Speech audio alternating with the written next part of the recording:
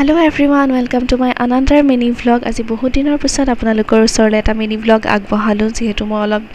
ব্যস্ততাৰ বাবে vlog একো দিব পৰা হোৱা নাছিলো আৰু আজি ভাবিলো আপোনালোকৰ ওচৰলৈ এটা ৰেচিপি ভিডিও লৈ আহো যেহেতু আমি খানা খোৱা নিচিনাই হৈছে আমি ঘৰৰ তিনিটা মানুহ আৰু মোৰ ফ্ৰেণ্ড এজনী আহিছিলে আৰু বতৰটো ইমান ধুনীয়া সেইবাবে ভাবিলো জুইতে মাংসখিনি বনাও আৰু মাংসটো জুইত বনালে এনেও টেষ্টটো বেলেগ হয় কিন্তু বতৰটো ধুনীয়া হয় কিন্তু বৰষুণে কিন্তু জ্বলাই আছে ভাবি আছিলো